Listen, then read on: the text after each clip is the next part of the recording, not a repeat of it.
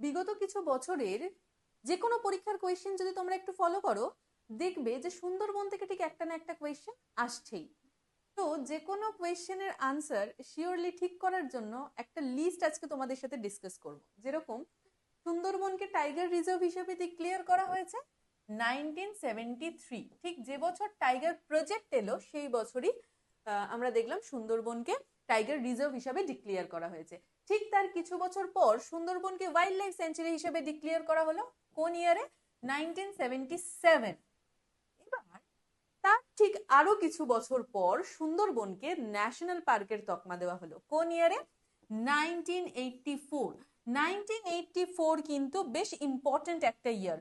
এই ইয়ারে যেরকম সুন্দরবনকে ন্যাশনাল পার্ক হিসেবে ডিক্লেয়ার করা হয়েছে, ঠিক সেরকমই এই ইয়ারেই প্রথম মেট্রো রেল চালু হলো, প্রথম মেট্রো রেল। আবার একইভাবে এই 1984-এই ভূপাল গ্যাস দুর্ঘটনা ঘটেছে।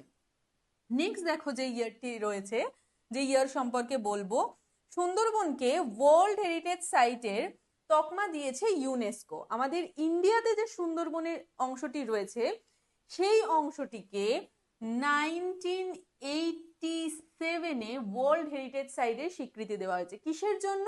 তার ম্যানগ্রোভের জন্য।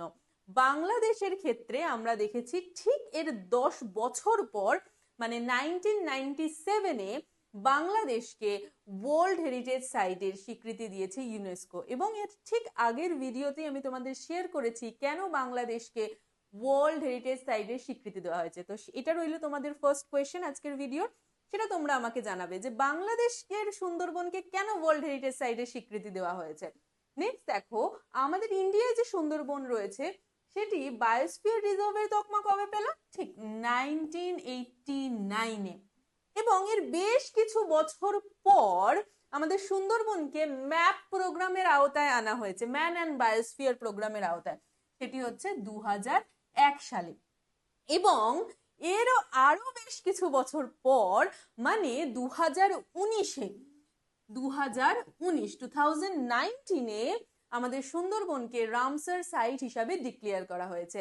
একইভাবে আজকের দ্বিতীয় প্রশ্ন, বাংলাদেশের সুন্দরবনকেও কিন্তু রামসার সাইট হিসাবে ডিক্লেয়ার করা হয়েছে, সেটি কোন ইয়ারে? সেটি তোমরা কমেন্ট বক্সে জানাবে। আজকে তাহলে দুটি প্রশ্ন, তোমাদের হোমওয়ার্ক রইল, অবশ্যই কমেন্ট বক্সে আমাদের জানিও। আর হচ্ছে আমাদের ইনফরমেশন যদি তোমাদের ভালো লেগে থাকে, আমাদের এই ভিডিওস গুলো তোমরা লাইক করো, শেয়ার করো এবং আমাদের চ্যানেল সাবস্ক্রাইব করে রাখো। Thank you everyone.